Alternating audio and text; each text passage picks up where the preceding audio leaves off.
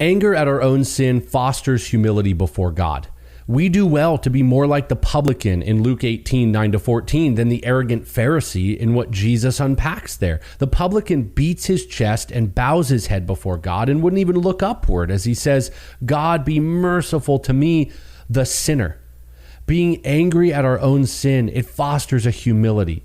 We aren't so worried about what everyone else is doing and how good we are, but we're well aware of our own sin, and it breeds a humility to first look in the mirror. Also, anger at our own sin fosters grace for others.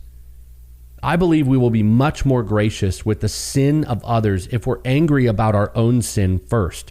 Sure, we're supposed to help our brothers and sisters by lovingly calling out their sin, doing what Jesus says to do in Matthew 18, but we do that in a more gracious way when we've looked in the mirror and seen our own sin too.